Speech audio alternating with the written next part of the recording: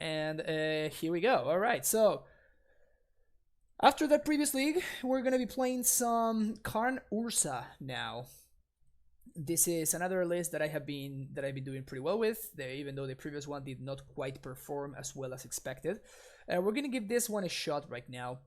And what we're doing is we're changing, like we're taking out one of each part of the combo, and we're adding in 2 Karns, and the other card that we're taking out is the Snare Bridge, which is of course now in the sideboard as well. So this is basically a similar deck with a slightly different approach. We're playing one more land, so hopefully we were playing 19 lands and we flooded like crazy. Basically throughout that entire league, we flooded like crazy. What's up, Davius? Yeah, it was rough. It was rough.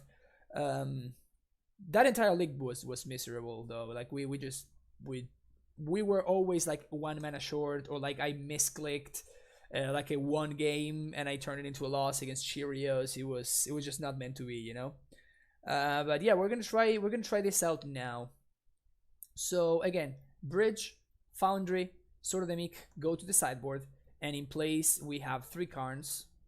So basically we're changing, and it's costing us some sideboard slots, right? But now we have access to Karn the Great Creator in the main deck. Did that Lavinia do anything? No, it stopped an irrelevant Mox Opal in my hand. But yeah, so we're gonna change bottom text. Gonna name this Urza Karn, and let's give this list a shot. Thanks everybody for hanging out. If you're enjoying the content, we play mostly Amulet in this stream, but from time to time we try some different spice, of course. And this deck I have been very impressed with, so I wanted to give it a shot on stream. If you haven't hit that follow button, make sure you do so. You can get notified whenever I go live, and it's just a great way to support the stream. And if you want to support the stream a little bit more because you really enjoy the content, you can subscribe. You can get access to the sweet emotes, as well as the 50-page sideboard guide that I wrote for Amulet. If you want to follow me on Twitter, you can find me on that at fpublishmtg. If you want to see all my previous streams, I always upload them to YouTube, so you can find them over there. And finally, Discord. You can join my Discord channel, where you can find, if you're a sub, you can find my cyber guide as well.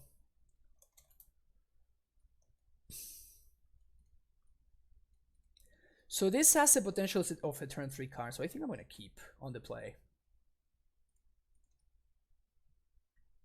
And we're playing just the 1 of Reading Pool, right? Yep. Okay, good to know. Let me update the Stream Decker, actually. Stream Decker, Modern, Urza, Karn. Let's see.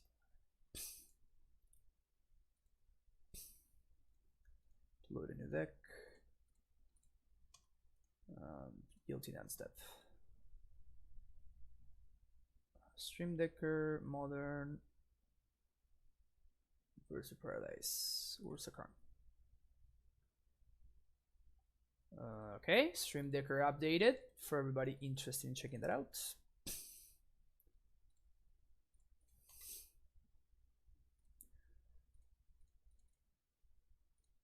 Oh, one thing that you might notice is that I actually have Academy Ruins in this list, which I didn't in the other list.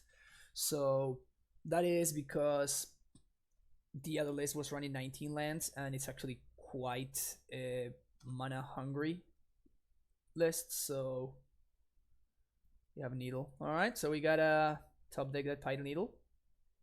No such luck. So we're probably getting comboed out here, I want to say.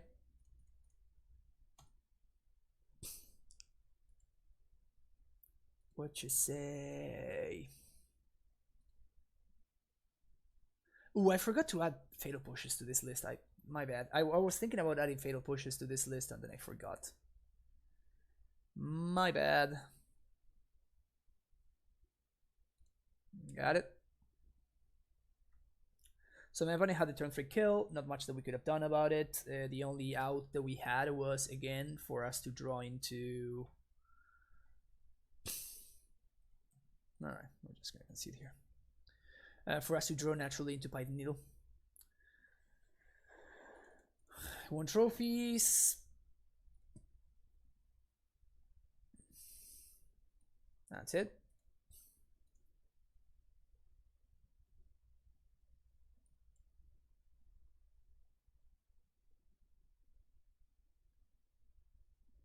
Yeah, brutality. Yeah, there we go. Did I? Oh no, I moved the Karn over there. Bridge as a one-off is fine. I don't think I want Sai in this matchup.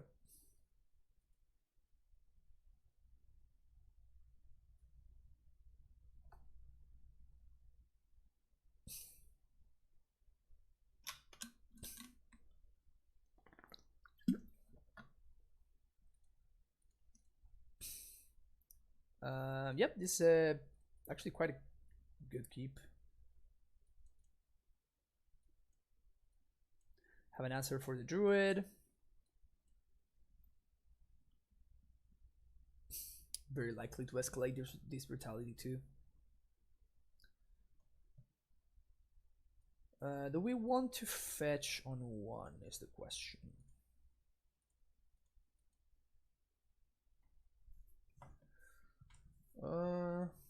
Nah. We can get some bubble value down the road. Solid top deck. Definitely sandbagging this one for as long as possible. Nice.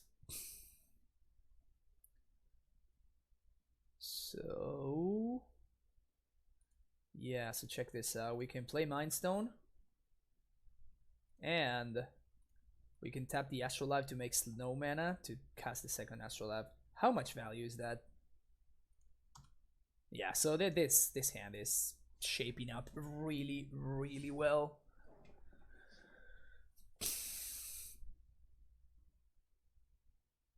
Is that a new place? Goalkeeper, yes. I moved like almost 3 months ago now, so I've been here for a while.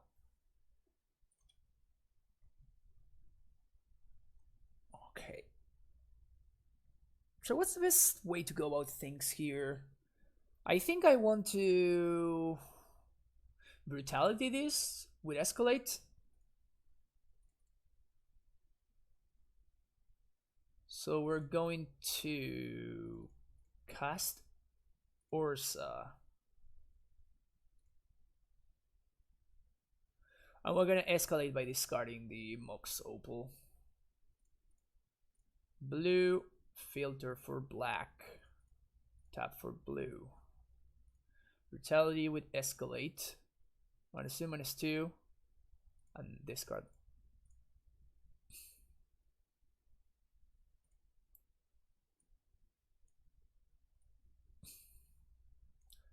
Even if they kill their dude in response, it doesn't stop the brutality because the spell has 2 different targets, so it's not gonna fizzle. All right. We probably want to get rid of this one, right? The Veil of Summer. Yeah, we definitely want to get rid of this one because this one kills us next turn. So I guess I could have played out the Python Needle. It was free. Yeah, so that was a mistake. I missed that. Yeah, I missed that.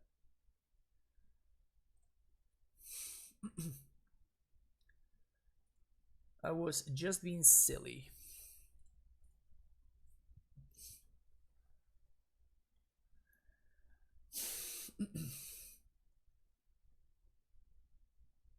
Fighting Needle on Devoted Druid.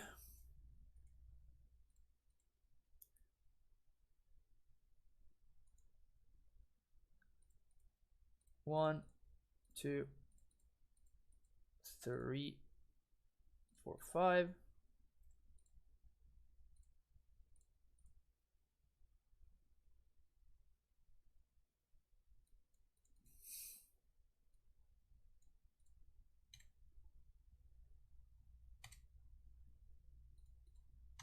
How close are we to going off?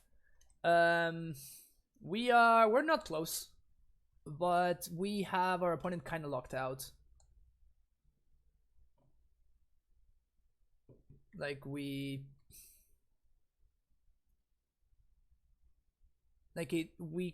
can't actually win, but our opponent cannot actually win either, so like it's not the worst spot.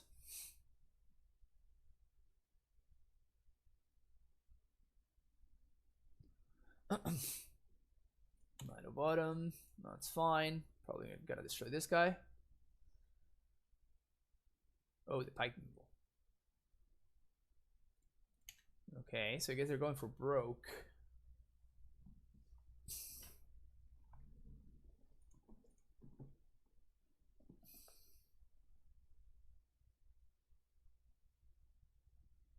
Giver of runes. So far we have perfect info, and now they're gonna draw an Eternal Witness. That's quite lucky, actually.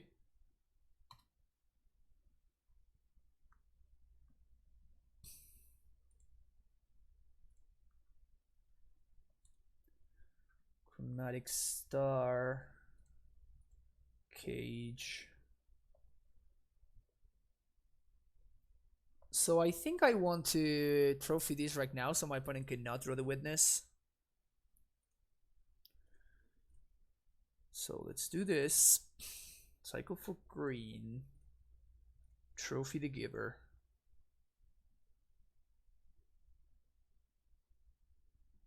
Okay, so now they're not drawing the Ewit, which is good for us. And then I can shock, tap, tap, tap, tap, activate. Brutal. just brutal. Just brutal.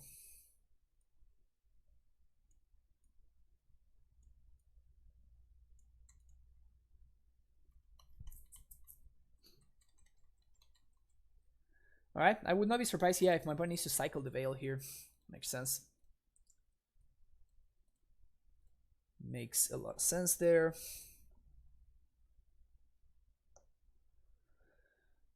Shall I Voice of Plenty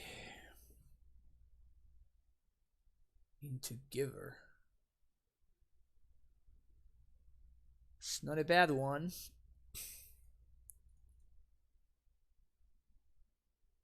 Four, 5.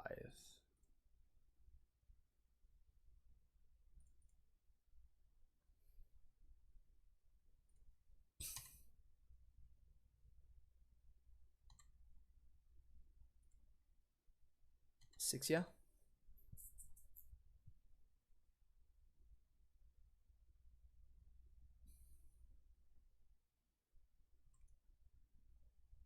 Down to 2. Okay. So I kind of need to trophy these right now, so we're going to. Because otherwise the Giver untaps and then they can like block this forever, so they just concede. Alright, sweet. So they are playing that card, the Post-Mortem Lunge. Does that make me want to change anything? Not really. I don't think it's enough for me to win ley lines against them. Why wouldn't I be able to Discord call me for help with MCU? I recently got it, but I don't understand what I'm looking at. Would anyone be able to Discord call me for help with MTGO UI? Oh. I don't know, man pants. You probably want to call. There's like the help thing here, like here, and there's like I can't remember. They changed this. Where was it? Where is it now? You can like chat with support, I think, or something like that.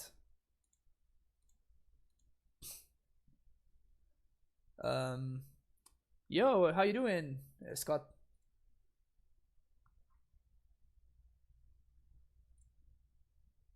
Yeah, I don't think we want to change anything. I think we're fine.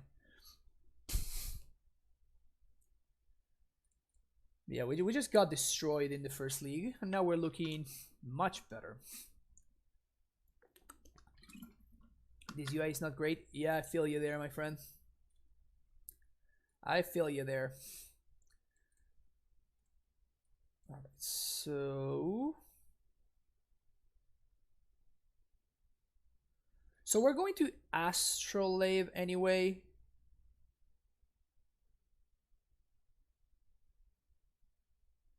So like it doesn't really matter. Like we're not gonna get value from this fetch land. That's what I'm trying to say. Whoops, what happened there? Cast this. There we go. Now we drew another fetch land, so we actually can get value from that one. why is this bubble dark now? That's funny.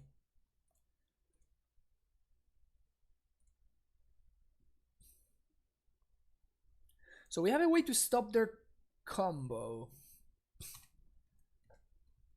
It's not gonna stop their combo forever though.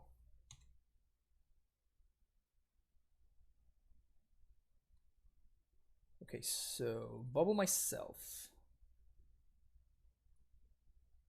Thopter Foundry. We do not want that. So Watery Grave. Let's sequence this properly. Play the Mox Opal first. Then play this.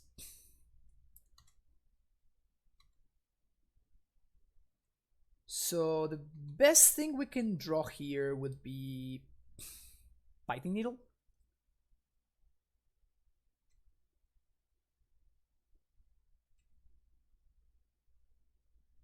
I guess that works too. Because now we can lock them out. That's funny. I love my opponents like leaving up their interaction and stuff. That's really cute. Alright, so I guess we are the ones that are winning on turn 3. That's funny. Manpants Live, thank you for the follow.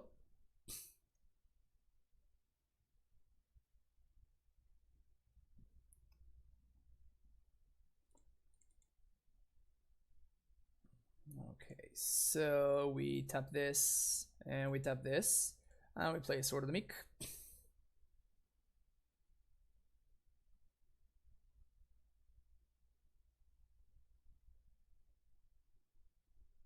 Veil of Summer. That doesn't do anything, right?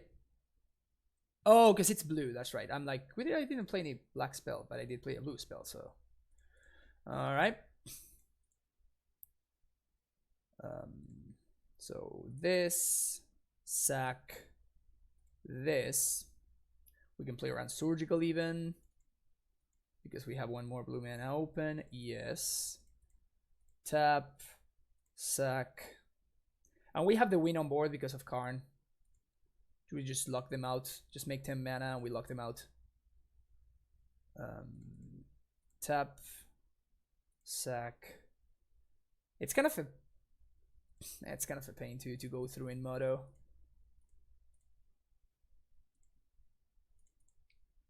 Tap, sack. Yes. Tap, sack. Yes. God damn it. Tap, sack. Yes. Alright, so 1, 2, 3, 4. Play Karn. I'm just showing my opponent the win con in hopes that they will concede, but it looks like they are not. So I guess we're gonna keep going.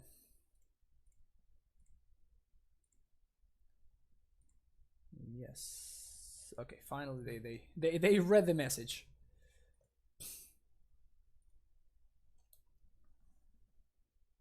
Yeah, they're like, that's infinite, right? Can you kill me this turn? I'm like, oh no, it's Karn. And it's like, and then he concedes. That's funny. Okay. 1-0 is our record. You got any Mycosynth Lattice I can borrow for Sunday? No, I don't.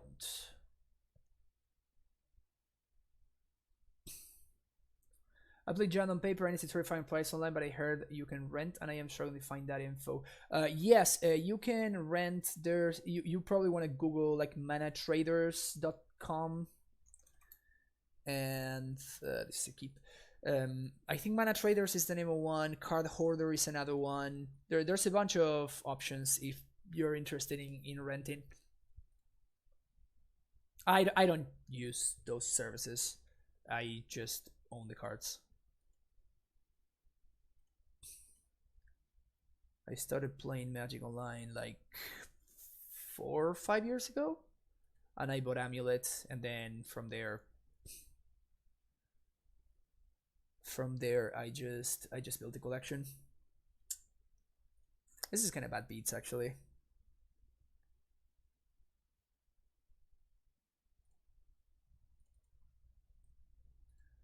So we're gonna get to turn 3 Urza.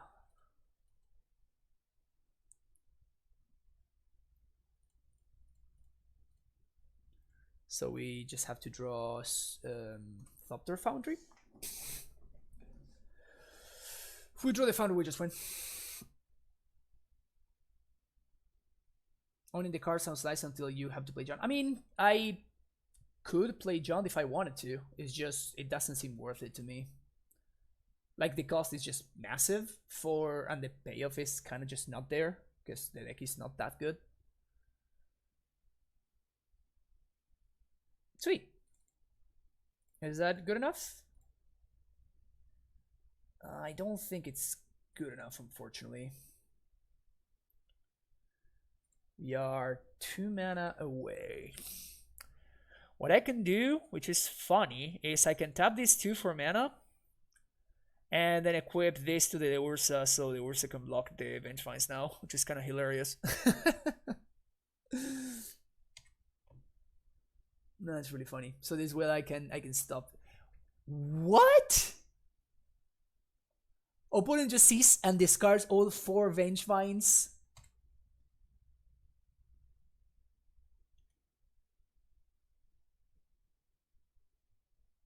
Please don't have the second land. Because this is freaking absurd.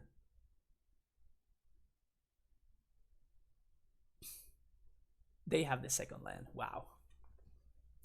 Alright, so I'm taking 4. Yeah, they have exactly lethal, I think. They have exactly lethal. Ah, this deck.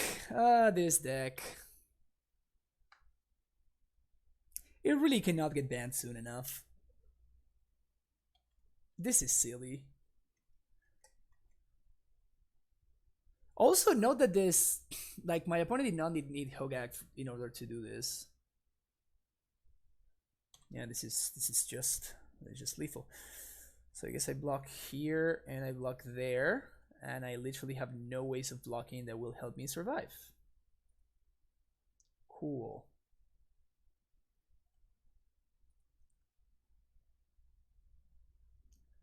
Cool. Glad that we went through that. All right, so usually in this matchup I take out the Karns and I just bring everything to the main deck. Damp Sphere out, Pithing Needle out, and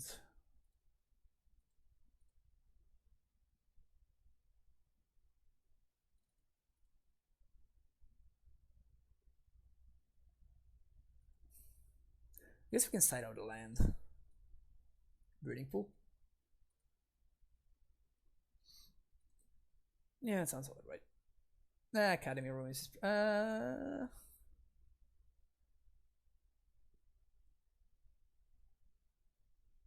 I guess we're gonna do this.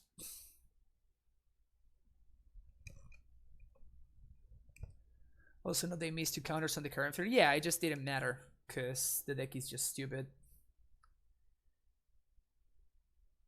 You secretly lose a game through Hogaak with both of them starting the game with -1 minute. I didn't. You know what, Needle Visa versus Skyrim Feeder? Yeah, it's just. I know that it's their.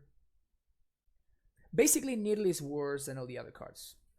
That's what I'm trying to say. Maybe it's better than 1 star, but I honestly don't think so. And it literally stops Carrion Feeder and nothing else. It's too low value. Like I'd rather cantrip with the Chromatic Star. It's crazy. We had the turn 3 kill, but we died on turn 3, so it didn't matter.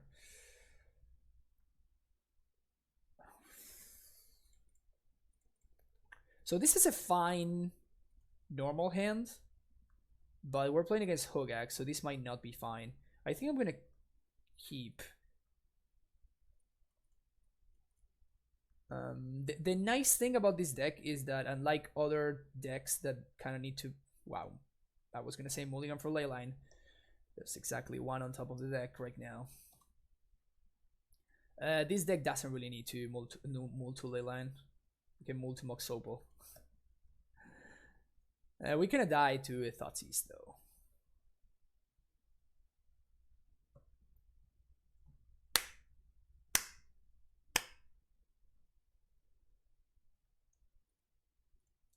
Must be nice. Must be nice. Yeah, so this is one of those. This is one of the few decks that can actually beat Hogaak in a fair fight. So that's why I don't like mulliganing for Leyline with this deck. If you have, like, we just had a good hand, right? Like turn 3 Urza, and then we go from there. And, you know, we just drew a blank, and our opponent had the only possible answer to the Urza, so I can only do so much, you know what I'm saying? I can only do so much. Yeah, we're just getting wrecked here.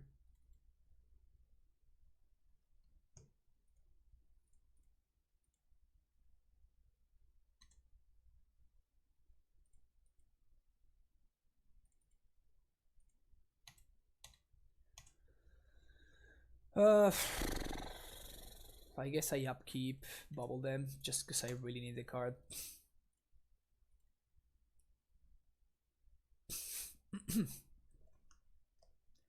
It's good to know that they have their own ley lines. I think that people just sideboard ley lines against the Urza deck, and it's not very good. And leyline has a very, very big cost in a deck, especially in a deck like this. Like, look, my opponent's stumbling like a little bit hard just because like they have bad cards in their deck.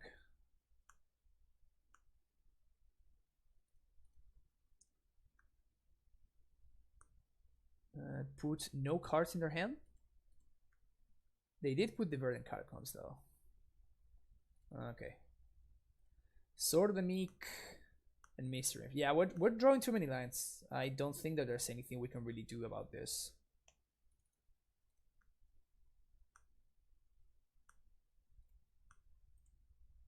And I guess I can't really Academy Ruins. But yeah, like if we draw a Thopter Foundry, we win. If we draw a Were, we win. If we draw an Urza, we also effectively win. Hardcast Leyline, you got it, bro. This is what I'm saying. Like, my opponent's just drawing stupid cards. It doesn't matter because they also have a Hogaak, so.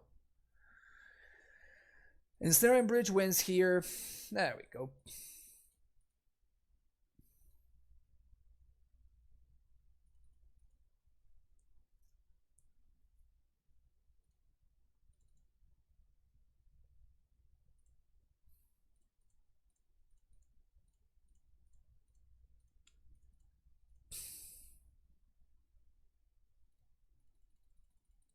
Something good?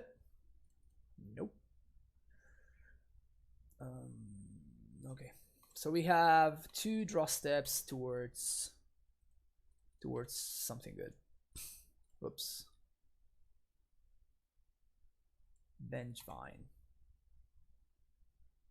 That doesn't really do anything. Like, either my opponent kills me here or they don't.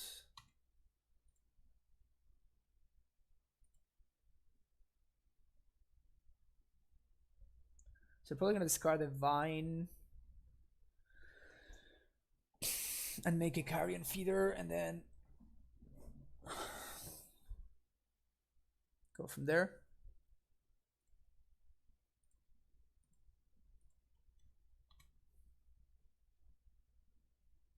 Take 8. Okay, we untap with Urza. Draw. Is this enough? I think it is. Yep, it definitely is. Thopter Foundry, black, tap for blue.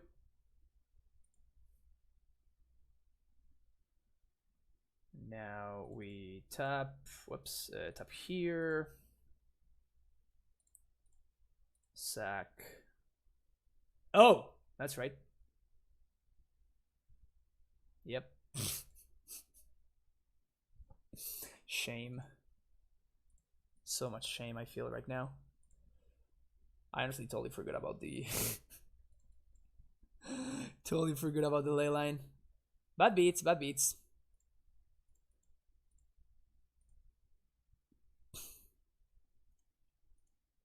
I got too excited.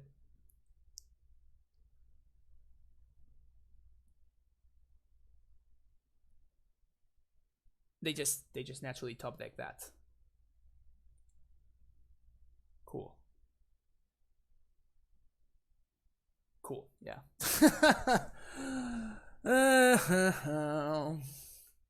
Yeah, okay, so we can concede here. All right.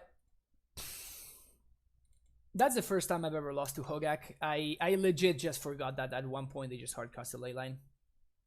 Because we could have just gone for an snare bridge and then we just went right there. But I honestly just forgot. I honestly just forgot. Which sucks. Like I should have won that game. I should have definitely won the game. That makes me upset.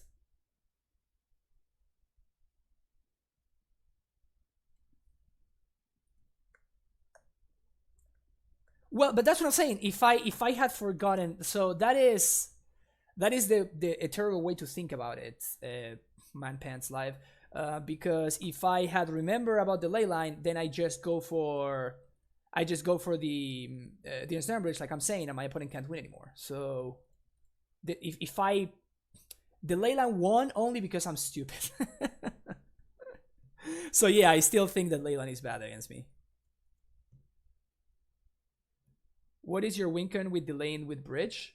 I wait until I draw Assassin's Trophy. I can also gain a bunch of life. I can activate Urza every turn. I mean, personally, they have answers to bridge too. Yeah, but I have answer to the ley line too, and I'm drawing like multiple cards a turn thanks to Urza, and my opponent is only drawing one. So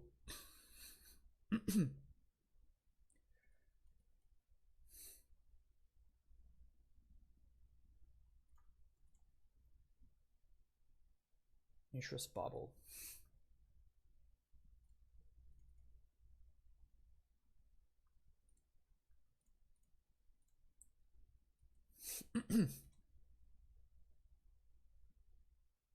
That's what I was looking for.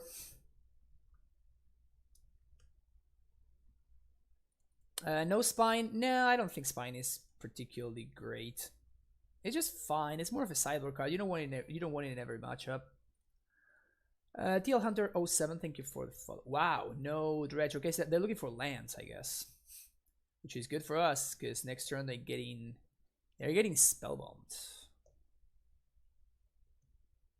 The only bad thing is that they're gonna get back their Ghast, and if they have an Amalgam, yeah, okay, so they're gonna get back the Amalgam too. No land.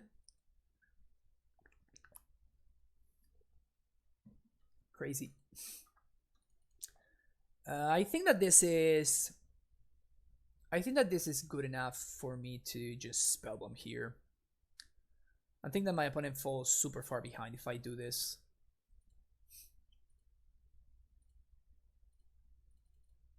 Yeah. Far behind enough to concede. Alright, this is again one of the matchups where I like siding out the Karns and instead bringing in the stuff instead. Biting Needle out. I'm assuming that I'm just playing against regular Dredge. It might be Hogaak Dredge, but the sideboarding is exactly the same, so I think I want the star. What did I side out before? What did I... Oh, I land. That's what I sided out against Hogaak. There we go.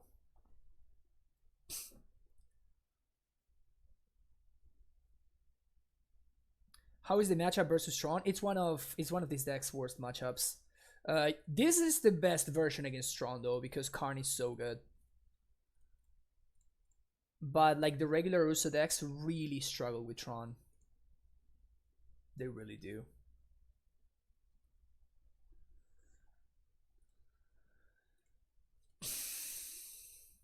Gotta draw some stuff, so I'm gonna play this out. I wonder if Dredge is playing Force too.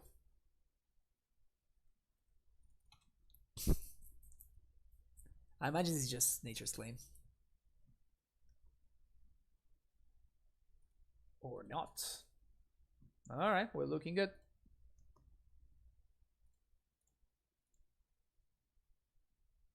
Draw Stomping Ground. I'm not a fan of this art. I like the first one.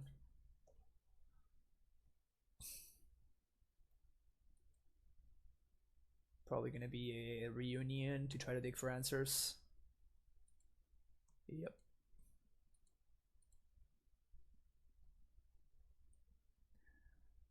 Try this. Yeah, this list has been fine. Like again, we could have won that previous match against Hogaak if I hadn't been stupid, basically.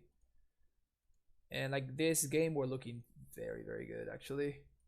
We have Sai in the deck, so I'm gonna hold the Mox Opal. It doesn't like speed my Urza or anything, so definitely holding the Opal in hand in case of Sai. Yeah, so my opponent is trying to find their answer to the ley line.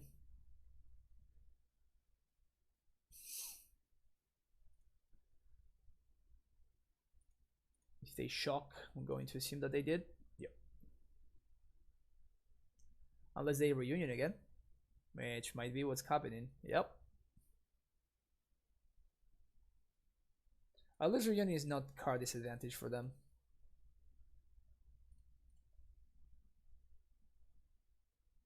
But yeah, still things looking very, very good for us.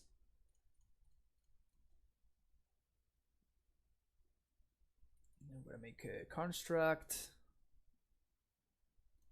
Play these out.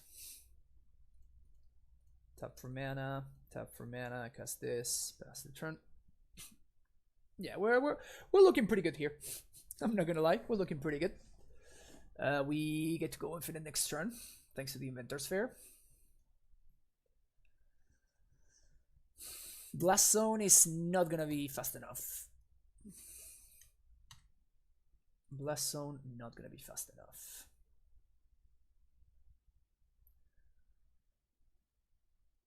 So tap.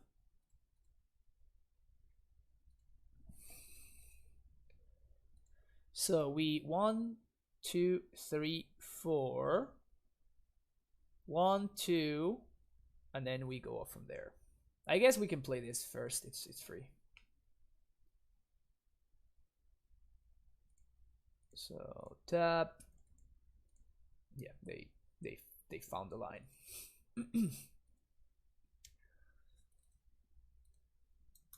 Okay.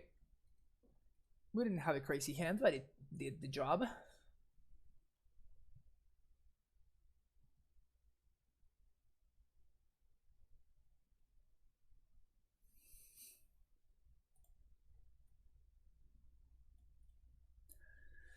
But yeah, so as you can see, like the Karn package has a real cost, right? Like whenever you're playing against decks where, you know, Karn is not particularly incredible, you're missing out on a couple of cyber slots. So it's definitely not free, but I like this hand though.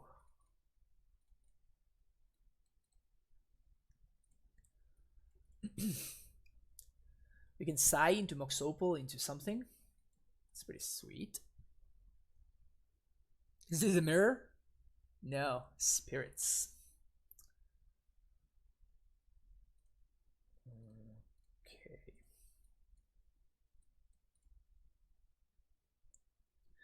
Can we turn to Sai? I guess if we find a 0-drop, we can turn to Sai.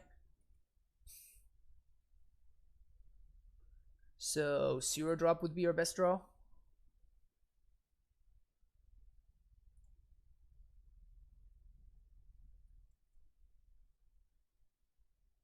Zero drop. That beats. Okay, so we can't speed up the size. So that being the case, we probably just want to do this.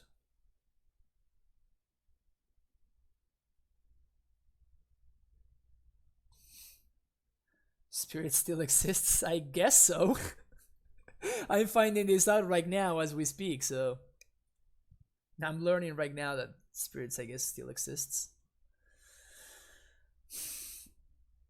Supreme Phantom. Okay. Yeah, this is a quick clock.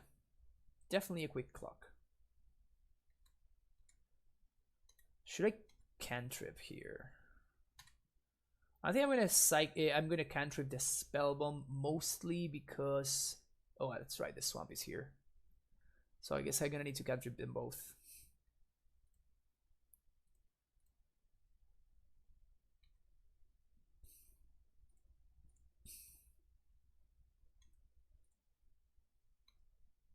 Okay.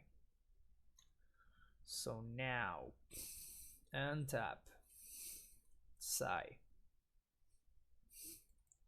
Make a 1/1. Please don't have a path. Make another 1/1.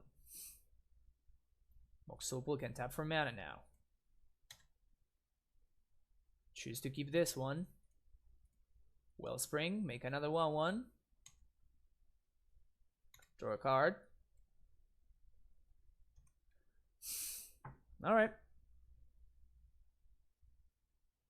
From no board state to a reasonable board state. It's pretty decent. Alright, so opponent in blue-white spirits. None of this collected company nonsense. So I would imagine...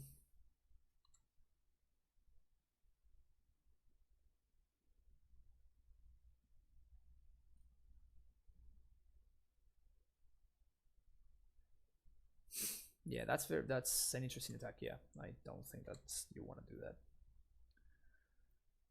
Ding ding ding.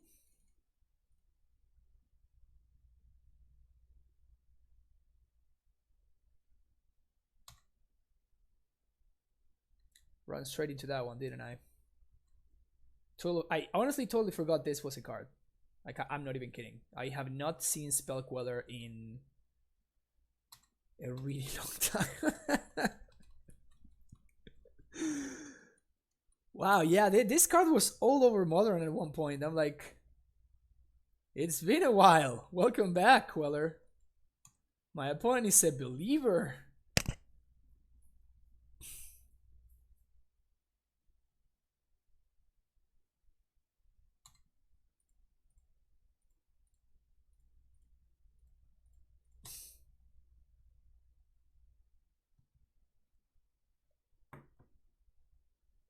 I'm not for putting 4 in here because of this Selfless Spirit, but trading 2 for 1 is fine. Considering these Thopters came from nowhere. Kasai is great. That's a bad draw. So I can draw 3 cards. I think we start the turn there, don't we?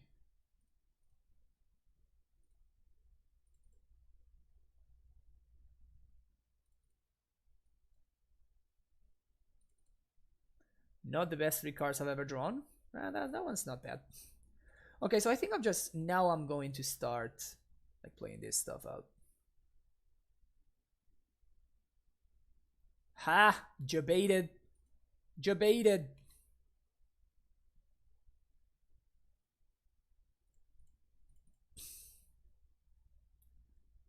Jebaited. Okay. Pass the turn.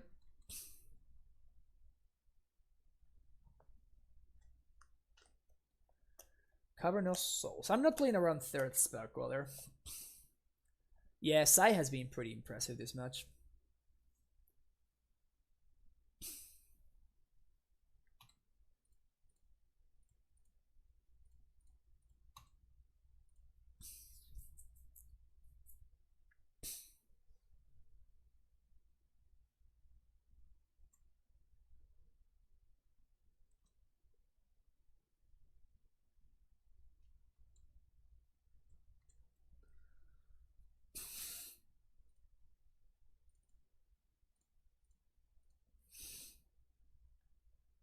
Third Queller?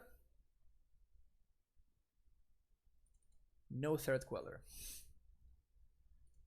Point is never lucky. Tap here, 2, 3, Dredge. And now we are looking very, very good.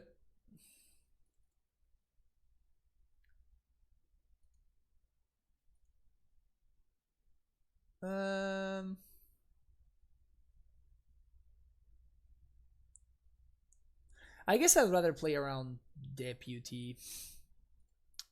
I can play around Deputy thanks to the size, so it seems worth it to play around it. Like, I think I'm going to win given enough time. Spectral Sailor. Flash flying 4 mana, draw a card. Okay.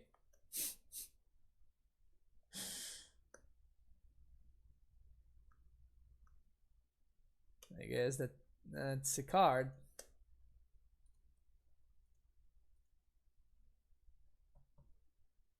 I guess that is indeed a card that people can play. So my opponent's attacking here. I think I'm actually going to block because I have a free sack on this. So float a blue, and I activate and sack this and the sword. Yeah. That's exactly what I was talking about. Or I can just go infinite and win the game. Yeah, but as you can see with the side trigger, the Sword of the Meek comes back, which it's a pretty nice little synergy.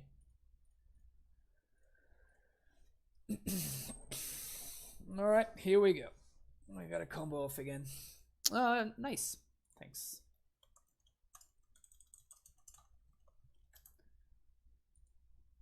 I appreciate opponent conceding there. We want this. We want trophies. And the question is, do we want Karn?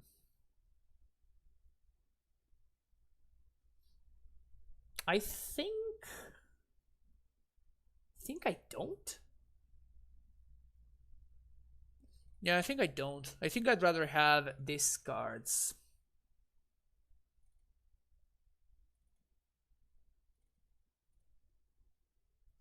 And the main reason for that is because of how good Sai is. Like, we just saw it right there, right? Like, Sai is very, very good. So having, like, cheap things that trigger Sai seems very important.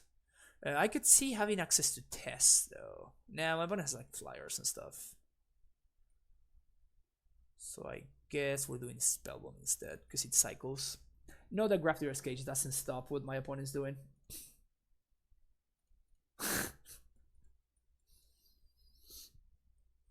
This is an amazing sample hand.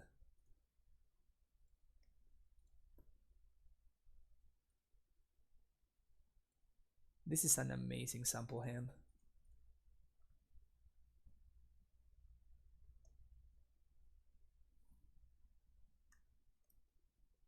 Much better. And we're gonna bottom Snow Cover that one.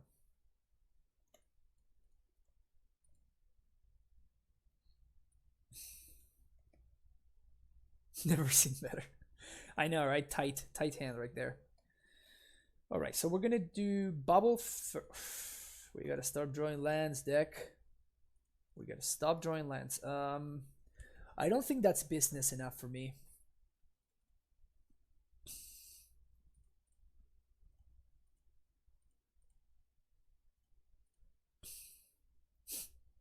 All right.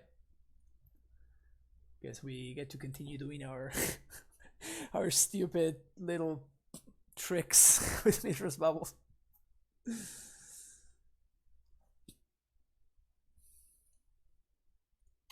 I wonder if my opponent's on mono Sai answers now. They wrote in like all their Path to Exiles and whatnot. Okay.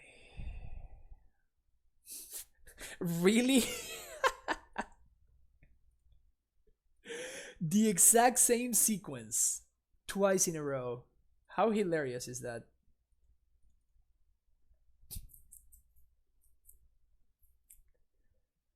And now we draw Delta. Well, we drew a land. Close enough.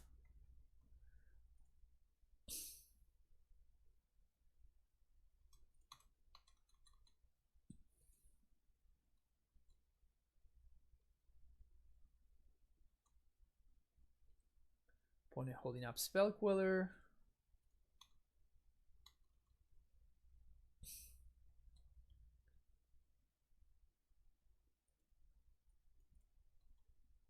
I think I'm fine with this holding pattern. My opponent's just pinging me for 2 a turn.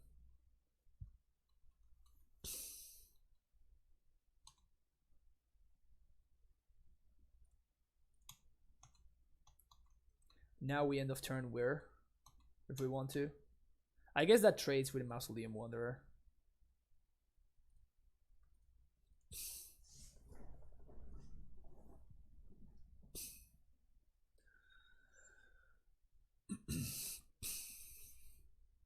Either Vile.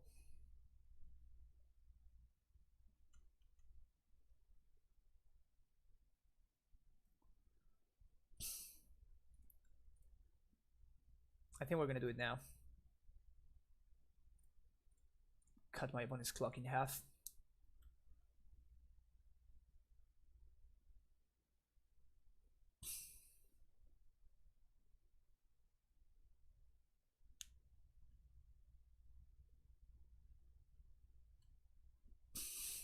Take 1.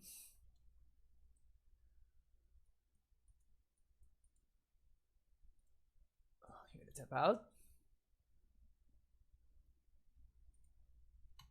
Oh no.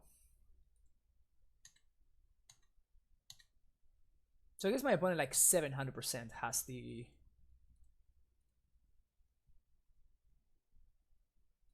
Spell Queller over there, huh?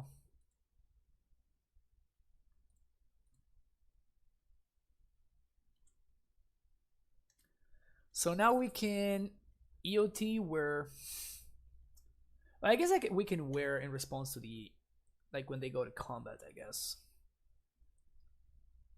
So if they want to sack the Wanderer and then we just like play everything out.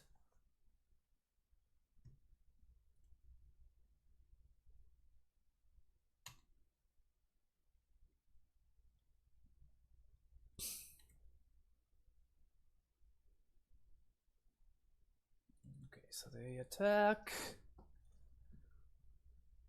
Now we were for 2. They sack the Wanderer as expected. And now we get to untap and like double jam the Thopter Foundry. I guess triple jam even if we want to.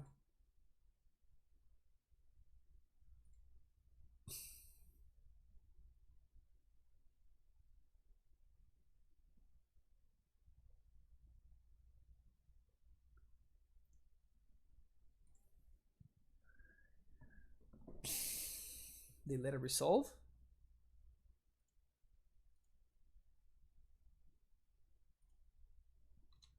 I'm fine with this.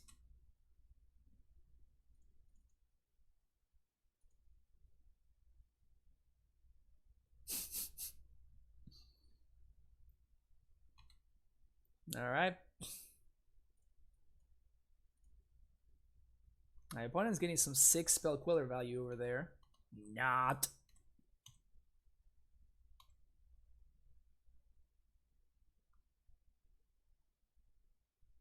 Yeah, you want to pass my Thopter? Yeah, I don't know. Yeah, I don't know about not countering that Thopter Foundry, huh? Unless they have something like Deputy into...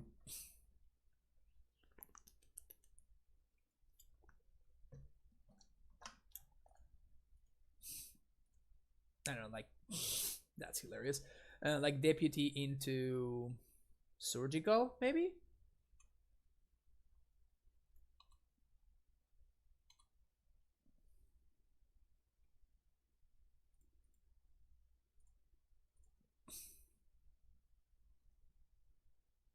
Ha! Lol.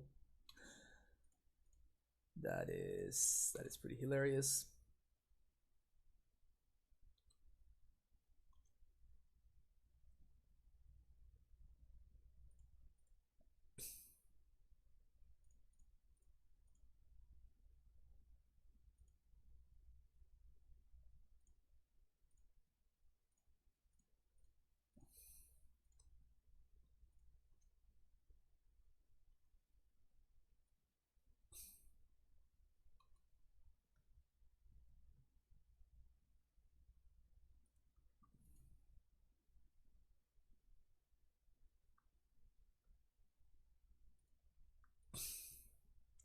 Yeah, okay, so now things become much worse actually, because now they can just like hold up Vile for the Quellers, so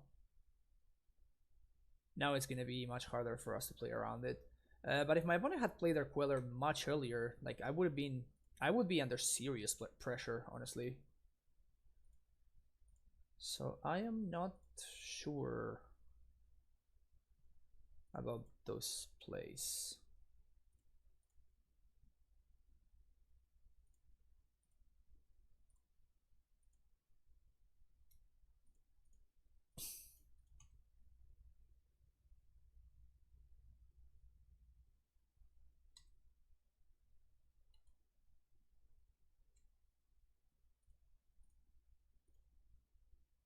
Oh, I never even thought of this.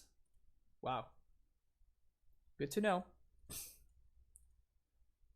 Got real good right there.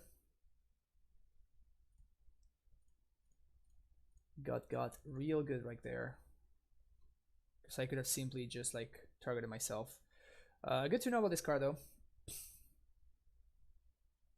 That was definitely a punt.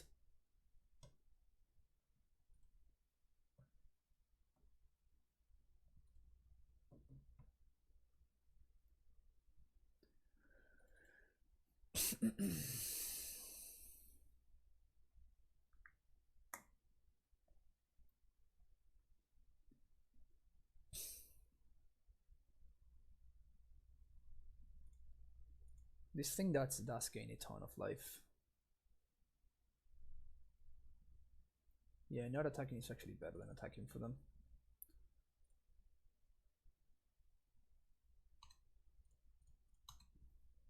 I guess we can get blown out by a Lord.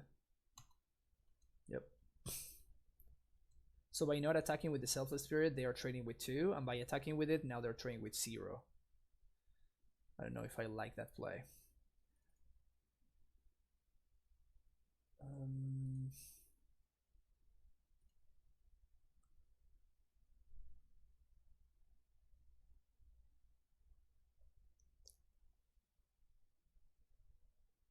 At this point, they probably have 2 of them, but I am losing to their board, so I kind of need to fire this off. I don't really have much of an option.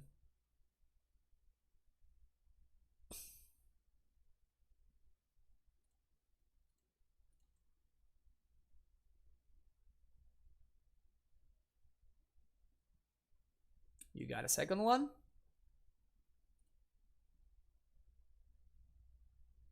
Guess you don't. Or maybe they do have a second one, just want to make sure that the sword is exiled. No, they don't. It's okay, cool. So now we're looking very, very good.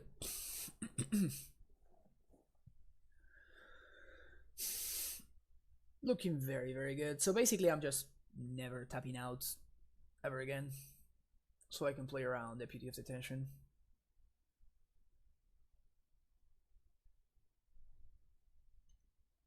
Got a Mutavault.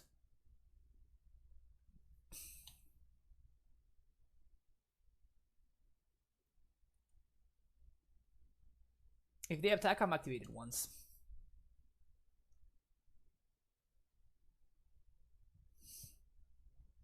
And then leaving the second blue up. If they had double surgical, that's fine. But this way I can make it 2-3 here.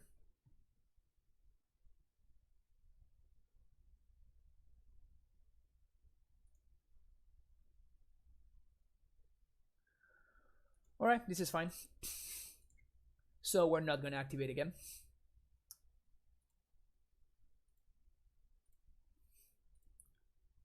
And now we just chump one of these dudes, stay at a healthy 4. And this way we don't die to a lord.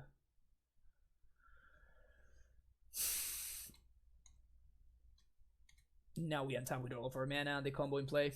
So yeah, we should be in a good spot now.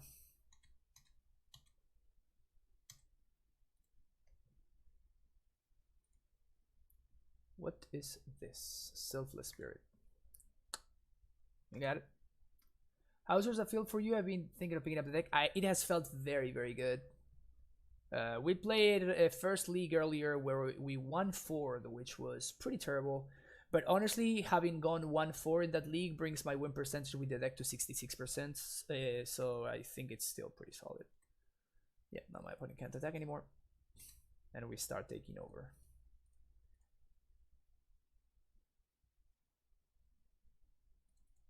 All field, yes.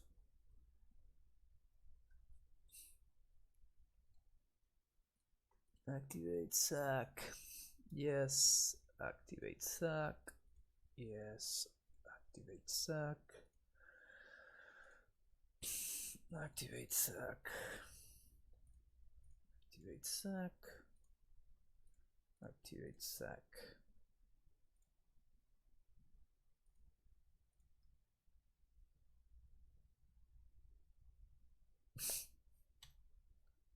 Is it even worth it for me to play that Snare Bridge there?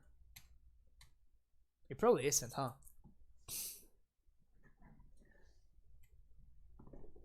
Just better value to just get 3 tokens there.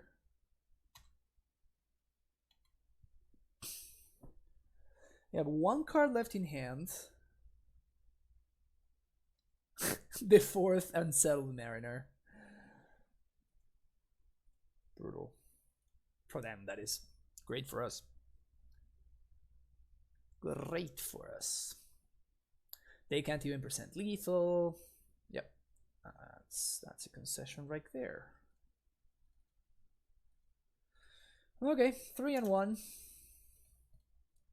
We have been drawing much more reasonably with this version of the deck for sure. It was against Hogaak.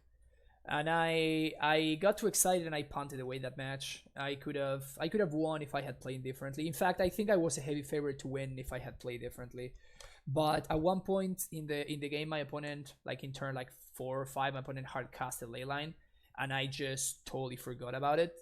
And then I transmuted. I was gonna say I tutored for the combo instead of tutoring for an Ensnare Bridge. And if I had tutored for an Ensnare Bridge, I think that my opponent had 0 cards in hand.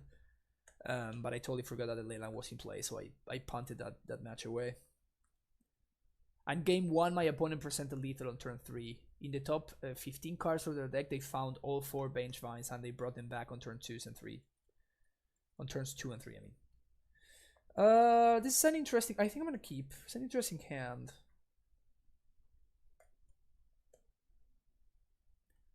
It's a Psy hand, which, depending on what my opponent's up to, might not be good enough. But it also might be, because this could be Phoenix. Because this could be Phoenix, I think there's a lot of value in me playing out the Spellbomb on 1. I could use that turn, like as a turn off to play the Breeding Pool, but I think it's worth it for me to play out the Spellbomb there, just to prevent my opponent from getting some early Phoenixes into play. Phoenix what? So next turn I can Wellspring plus Mox Opal. Or I can Wellspring and do nothing, holding the Mox Opal for Psy. The good thing about playing the Mox Opal is it allows me to draw a card of the Nihil Spellbomb. I think I'm going to hold the Mox. And get some Psy value. Unless my opponent plays a... I think if they... Actually, if they play a Thing in the Azrak here, it's actually better for me to not play the Mox Opal, just so I can chomp with the Thopter. Yeah, I just auto convinced myself to to do that. Seems like this deck needs some reps to get used to. Gak is... Yeah, this deck is very good against Hogaak, and it definitely needs some reps to get used to. Like, I have made some stupid mistakes earlier in terms of sequencing. As in, I cracked the star, and then that didn't allow my Mox Opal to tap, so I missed on drawing a card. Like that kind of stuff, which is just like, you know, lack of experience with the deck. You know, once you get the experience, it's like the same thing with Amulet, and, you know, trying to make sure that all the triggers are in the correct order, that kind of stuff. It's just a matter of just, you know, getting your reps in. So that's what we're doing right now, getting my reps in with Urza. Pointers of Mono Serum Visions. They double bottom there. They bottom top with the first, and then they bottom with the second one, and bottom with the third one. Okay, that's...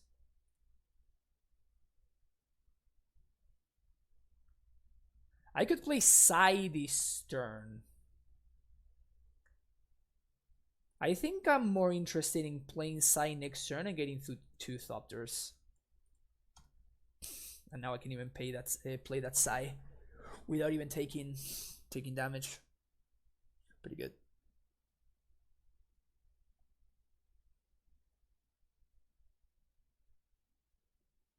Yeah. Up until that point, we were in a position, in the enviable position of both lands and spells being good for us. Now this is enough lands. We don't want any more lands. We're good with lands now. Let's just draw spells from now on, please. I suspect that my opponent had a quick Phoenix hand, and this Nihil Spellbomb really is messing them up. Because they have been tanking a lot. Like, they already went through almost 3.5 minutes while I went through 30 seconds on my clock. Oh, it is Storm.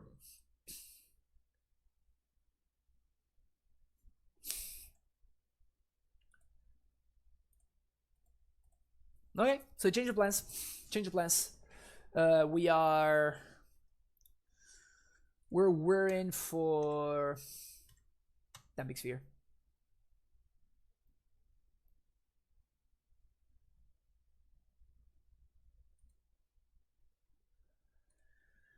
Is there any way at all that I can play around Remand?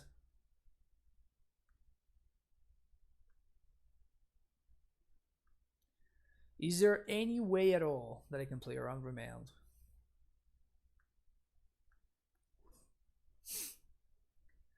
Well, now I can actually Urza and Sai, right? I cast Urza. Oh no, I can't tap this. Never mind. So I play Mox. I have 4 mana, cast Urza. Then I could pay 3 to play Sai, but I don't think that's gonna be good. So I think I want to Sai first. My opponent's gonna Remand. Or not.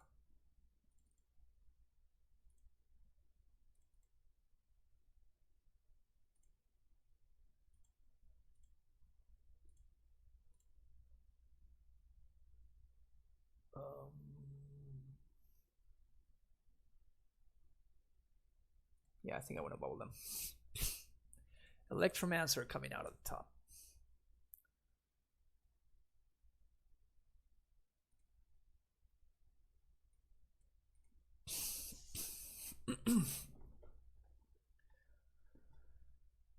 Yeah, so this matchup is not really about card advantage, so I don't really care about the card draw from the Spellbomb. It's more of a matter of, yeah, like that was like the sequence that I had. That was what I could do, basically. Still chilling at 20, both of us. Electromancer comes down. Okay.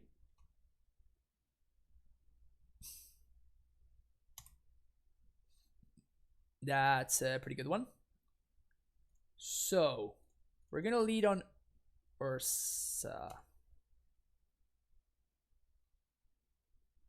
Okay, so my opponent just does not have a Remand over there. Because I just gave them two very good things to remand. And they didn't. So I'm assuming no remands.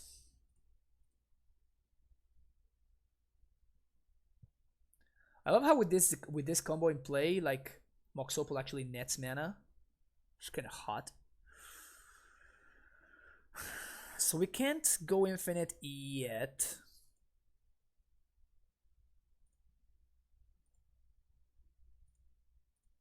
What we can do is we can crack both of this, get to draw 2. Not a good draw. I guess not a good draw either.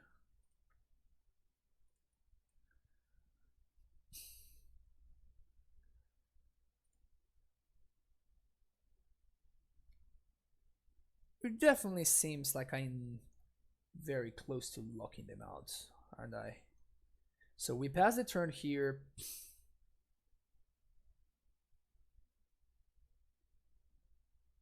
My opponent just cannot win with Passing Flames anymore. How are you liking the Green Splash? It's been fine. Just like Assassin's Trophy answers a lot of problematic cards. I could also see playing some number of Nature's Flames, honestly. So here I'm just letting my opponent cantrip. End of turn I'm going to Whir for Damping Sphere. And that should be it, right?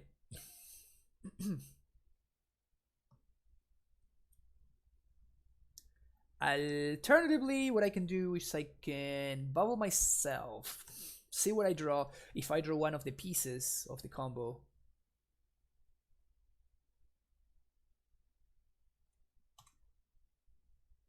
Opponent cannot really attack. Yeah, so I like that. Okay, so if I draw Mystery Force, okay, yeah, so we're definitely tap, tap, tap, tap, tap. We're for 2.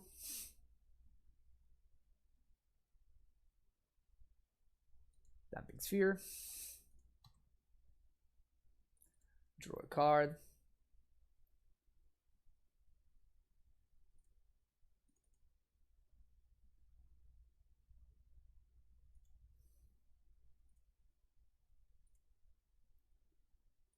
One, two, three, four, 5. Brutal.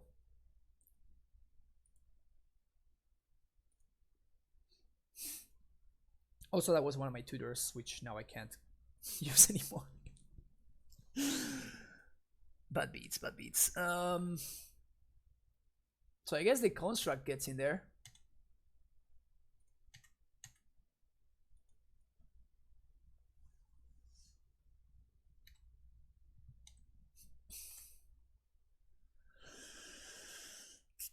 Two.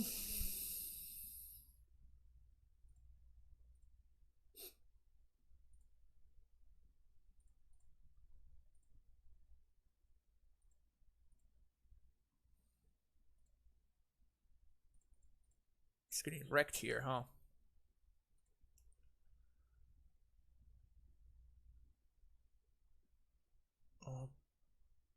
Okay. Again, I'm gonna Mistress Bubble myself, end of turn. Okay. Pyretic Ritual.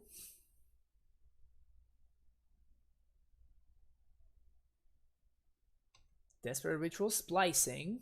Okay.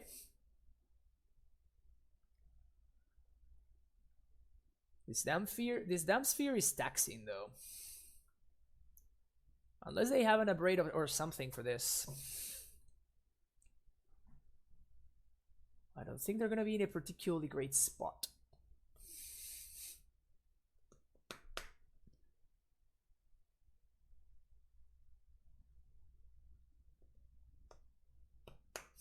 Opt. Yeah, okay, so we basically just win here, right? My opponent opting there is basically the same as just conceding the game. Classic 3-mana opt.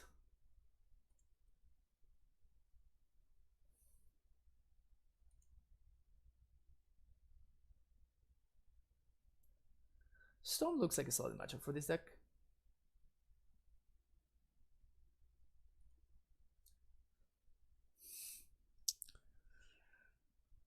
Now, even though Sai did something here, I don't think it's going to be particularly good in this matchup. Now the question is going to be whether to Karn or not to Karn. That is going to be the question. And I'm honestly not sure.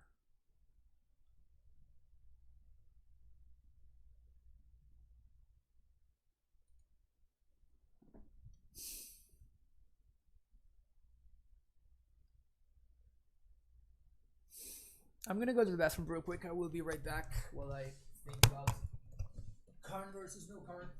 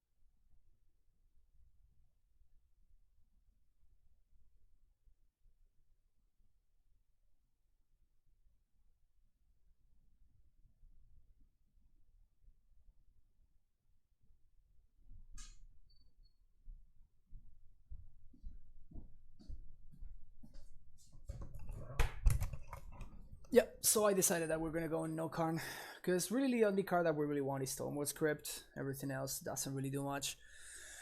Now, probably gonna take out the Willspring here. Call it a day.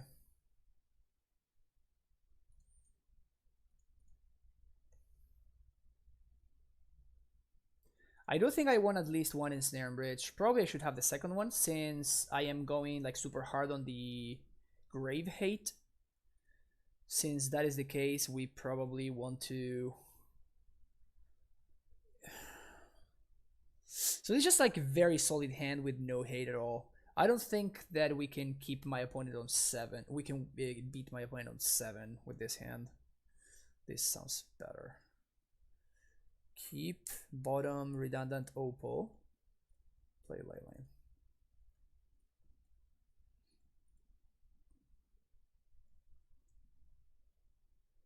They're probably going to have like an Acorn Truth or something. Or whatever.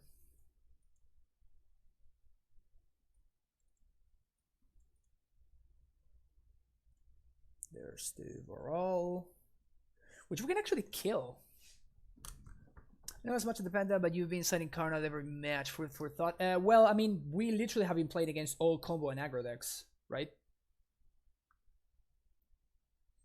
Even against some of the combo decks, Karn, it's still pretty good. Like, we played against Cheerios in the previous league, and Karn would have been sick against Cheerios. But, yeah, like this league, the way things kind of turned out is that, no, I'm just keep doing the same thing. Yeah, so we gotta do this. Then we tap for green. Now we trophy the overall.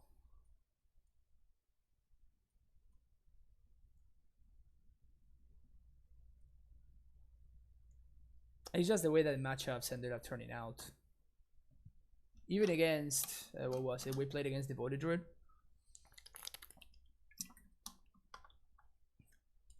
And Karn was like, my opponent, like we started going infinite, and my opponent could have, like they could have untapped and won the game, but I just showed them Karn, and they're like, oh right, yeah, so I can't. I just locked them out. It's nice to have like a card that you can very comfortably main deck that kind of acts a little bit as a lookout, you know. This is nice that we get to hold up Assassin's Trophy again, because we're probably gonna see Gifts and Given. Yeah, Gifts and Given not as great with a Leyland of the Void in play. What's your engineer? We recently know engineered red splash. Engineer and Paris film have felt great for me. Honestly, Seaman Sloth, I just haven't tried them. This is actually my second league with this version of the deck, and I played 3 leagues with the previous version of Urza, which is the first one I streamed, which was this one. I played 3 leagues with this total and 2 leagues with the one. Like, this is my second league with Urza Karn. And so far, Karn is delivering better than the other version. One thing that I like is having access to Damping Sphere in the main deck, so I think I'm gonna try to do that. And Trophy has been like my most versatile sideboard card as well, so yeah, so we're definitely gonna be doing some changes to this list for sure. Opponent's still tanking about these Gifts and Given. It's not an easy gifts. It's not an easy gifts.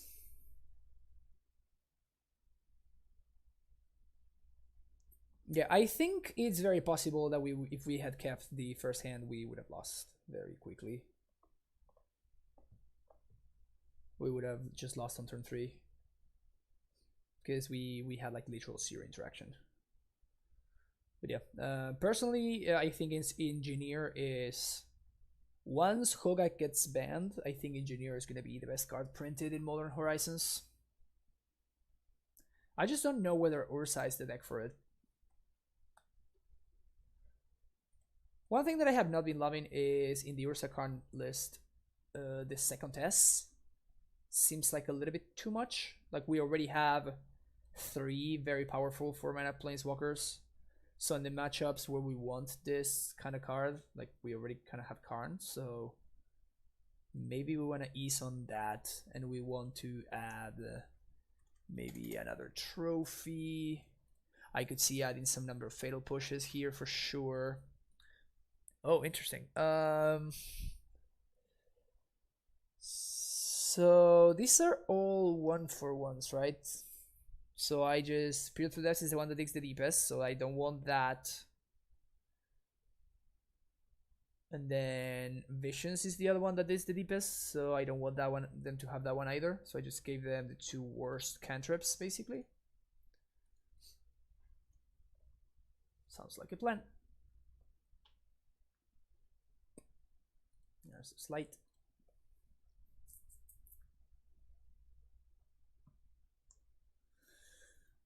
Leyline doesn't work. Yes, Leyline is doing a heck of a ton of work.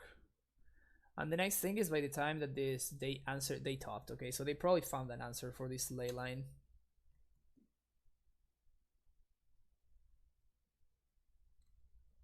Going for Gobos here? Seems like it.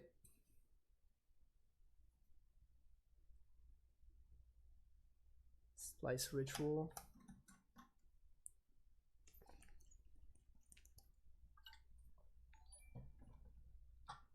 Seems like we're going for Gobos. Questlove. Thank you for the follow. You get nothing to do with Questlove, the drummer, right? Just nothing to do with him. Yep. The warrants have been emptied. Seaman Slot, thank you for the follow. So, okay, so my opponent has 0 cards in hand. Am I excited about destroying this guy? I think I am, mostly because I want to get the trophy out of my hand, right? So we're going to do green and black. Because I want to empty my hand for Ensnare and Bridge.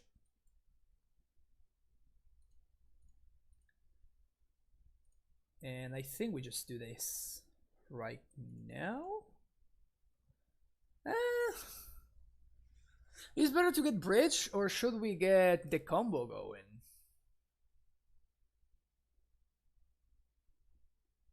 If we were for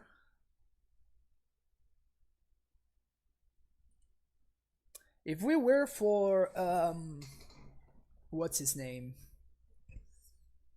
The sword. Can I outrace these 18 goblins? It's a root spawn, a sweet quest though. Ha, I'm so hip. Yeah, right. Also on 3 fairy, I like it in the deck, maybe not in the card list though. Yeah, I don't think I would want both Karn and Teferi, and honestly, I don't want to buy the Teferis, that's why I'm not playing them. I've been trying out Karn in the Grixis builds as well, like he's amazing for me. I've been experimenting with all the builds online, and the green just felt a little clunky. Stick is my current favorite deck, and I'm happy to see some streaming version of it. Oh, sweet, same as Sloth. Sweet. Yeah, so we would be making... So we would go down to 17. We can make 2 Thopters, block 2 Gobos, take 16, go up to 20, then down to 4. Then we can make 5 more. Yeah, we can't outrace the goblins. So I guess this is kind of a forced play.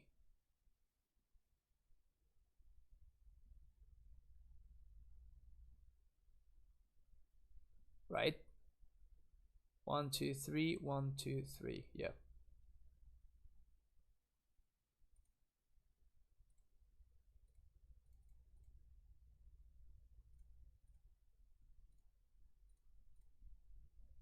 And I want to do it right now because of again Snare Bridge. And I want to do this right now because of Remand. Yep, very happy I emptied my hand. Otherwise I would die to a bunch of gobos. Redundant leyline. And now we just play a classic Ensnare Bridge game.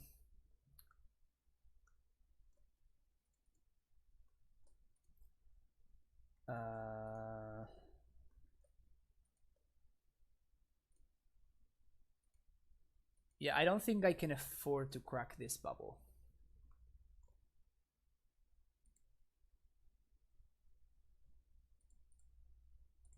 Metamorphose into nothing. Okay. If I draw 2 lands in a row, I lose the game, so I don't think it's worth it for me to... It's not worth it for me to like run the risk that I don't need to be running. Unless they top here with the Serum Visions. Is they top here with the Visions? Yeah, so they put 1 on top. Shatterstorm? God damn. Okay, so let's see what you're drawing. Metamorphose. 1 sack. 1 sack. 1 sack. 1 sack. I guess I get to survive this turn. I don't think I can do anything though. Yeah. Well, that's a throwback, right? That's a freaking throwback right there. That's what that is. I have not seen Shatterstorm in...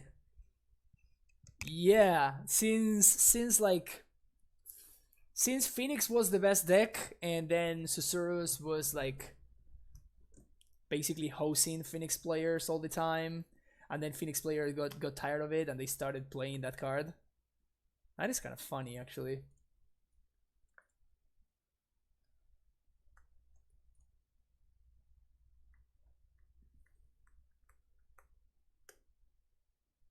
Yeah, so I basically cannot play the control game against my opponent because they have Shatterstorm in their deck. So I will need to go for something else.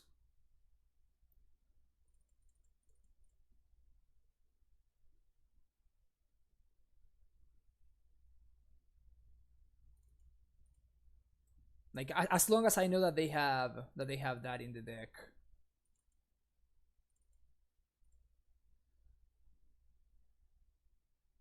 So you can see it being better than Shadow's Free unless you're trying to play Cryptic Command in the same deck. Yeah, I don't know.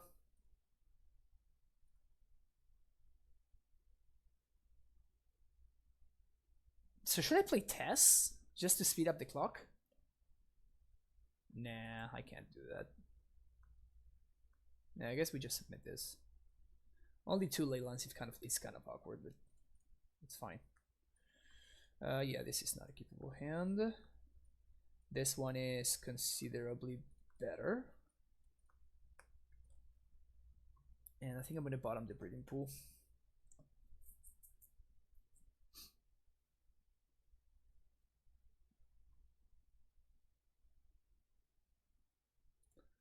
Keep this, bottom breeding pool.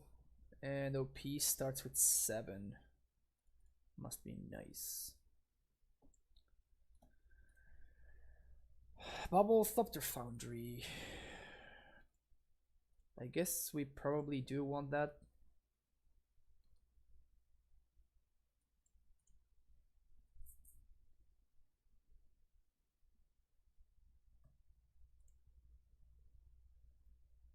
And I think here just play the Foundry on 2. Yep. Definitely play the Foundry on 2 now. So play Foundry on 2. Play this. Next turn we get to play Urza and we get to Brutality. And now we actually have a clock and a piece of interaction from my opponent. Ugh, Remand is brutal here.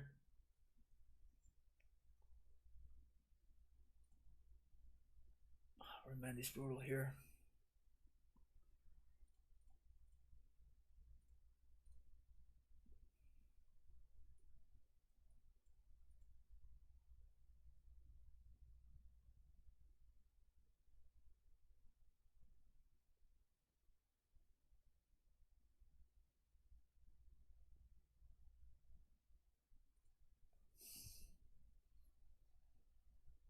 I think playing around Remand is definitely worth it here.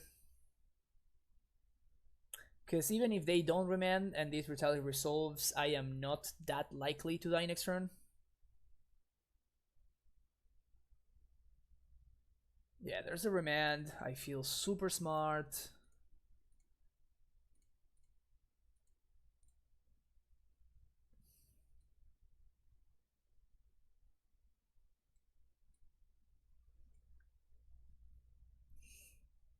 Here we just take the Metamorphose, right? Since we can't.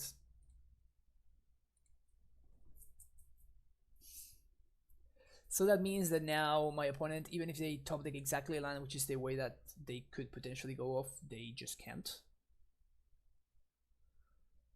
Which they did. Alright, we got perfect info here.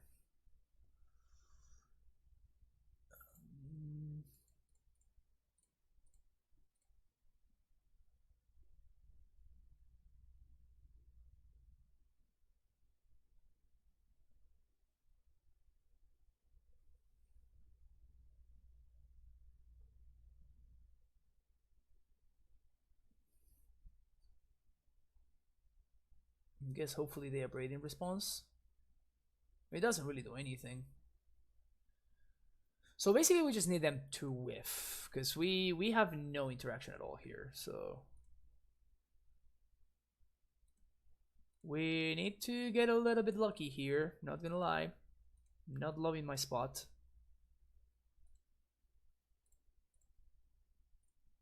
The opponent's gonna get to untap with Baral.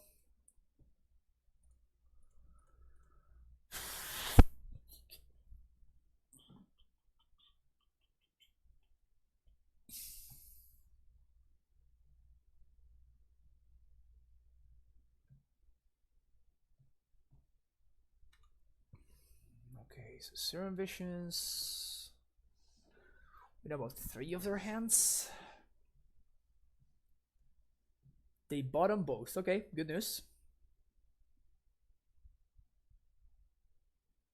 Slide a hand.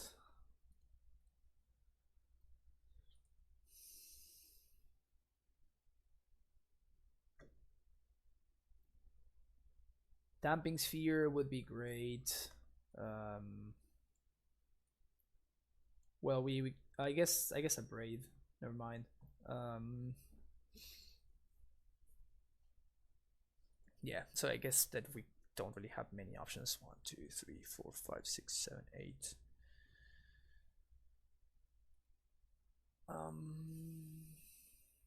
9, 10. So I guess that we can activate twice. So if we activate and we go Sword, which is going to force the Abrade, Sword into Damping Sphere, that would be the best case scenario for us.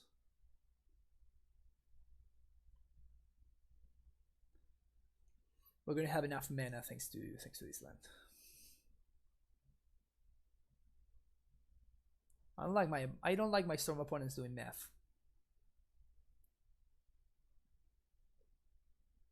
Not loving my Storm opponents doing math. I still am 100% sure that the pick with that brutality was Metamorphose. Otherwise, we could very easily have been dead last turn. Kind of wonder why Urza never runs. Well, the Jar Cantripin is nice, but Jar is so good. Yes, but it's a deck that doesn't really function without discard, right? So you want to really maximize your ways of getting there, basically. And yeah, Cantripin is the best way to get there, I guess, to consistently draw the Urza. And Welding Jar is just not that. I guess it is good, never mind, but. So do I want 1/1s? I think I do want 1/1s. Breeding Pool tapped. And I'm going to tap this for mana, sack it, make it 1/1 gain your life, tap this for mana, sack it, make it 1/1 gain your life.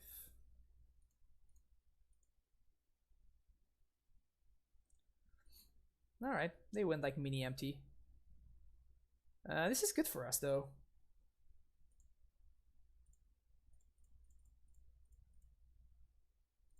That is not good for us though.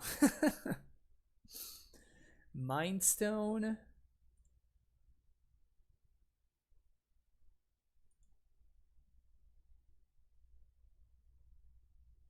Kinda not good for us either.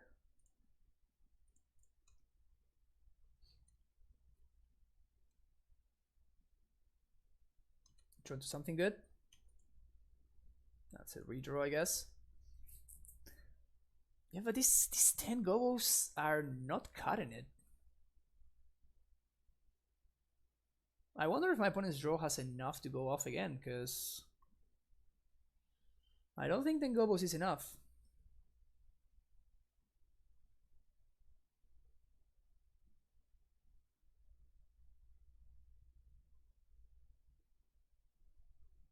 Okay, that's a start, I guess.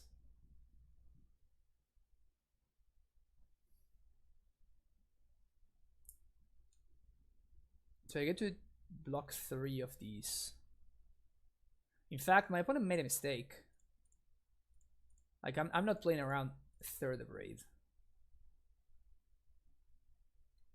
But if they hadn't done anything, I block and then they abrade my Urza. Which seems pretty good. I mean, at least significantly better than abrading my token, right? What's up, this one? How you doing?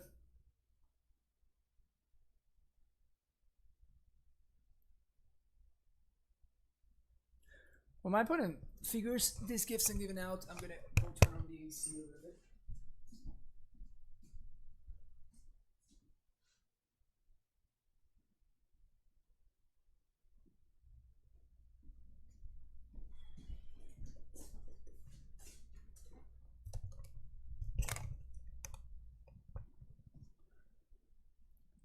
So I think I need to find a way to beat this Past in Flames here.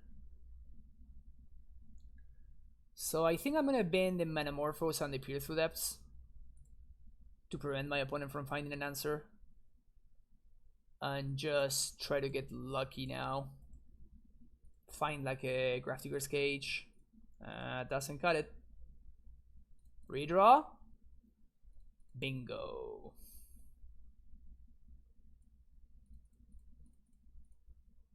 For tap 5. Redraws for days. 1. Oof. Okay. So I block here. 1, 2. I take 7.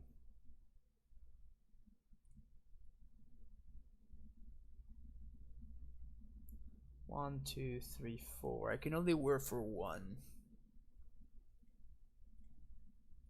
I'm probably gonna need to wear for.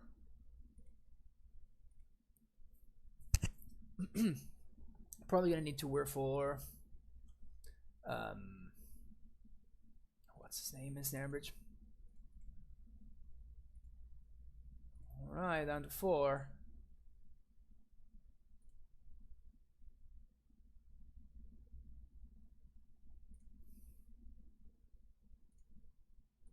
Okay.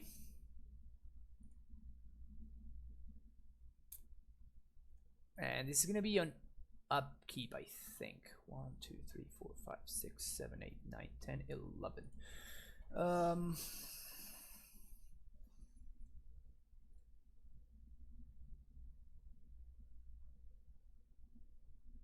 I can't combo. 1, 2, 3, 1, 2, 3, 1, 2, 3, 4, 5. So I guess I can activate Urza once.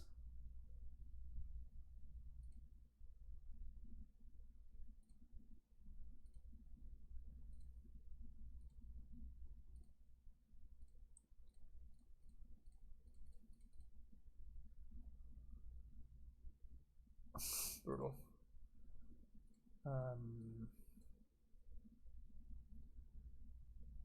Yeah.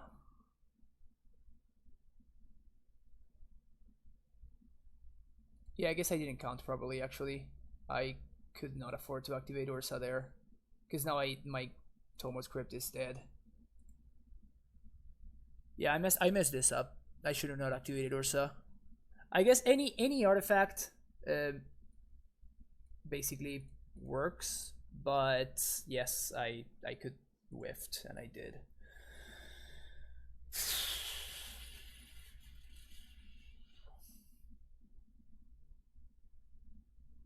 Well, actually, never mind. 1, 2, 3, 1, 2. Yeah, so we can still survive here.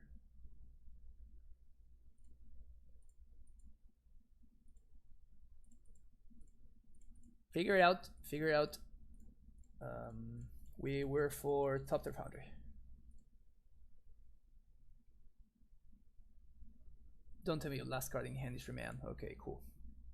Alright. So this should be enough to survive. While still holding down Tomos Crypt, which is what I was interested in doing. Holding up Tomos Crypt, I think. What's the meta gonna be here soon, you think? And with Amulet deck, you're almost confident would be good. Trinket Amulets. Most likely either Trinket or Karn. So, tap this for blue. Activate sack. Draw island. More whiskys. Create a 1/1.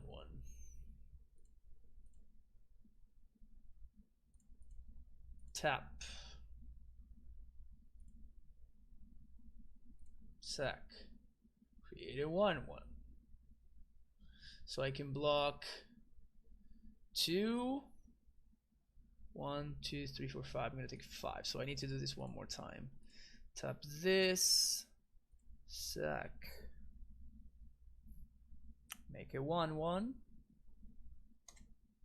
Block here, block here. Tap. Suck. And make a 1/1. Down to 2.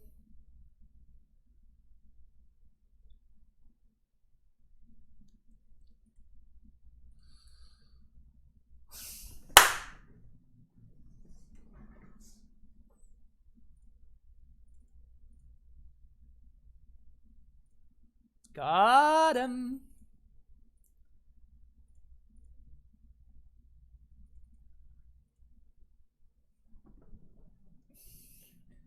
Play to your outs, etc., etc., etc. Cage still has fun in 15 post ban. Maybe.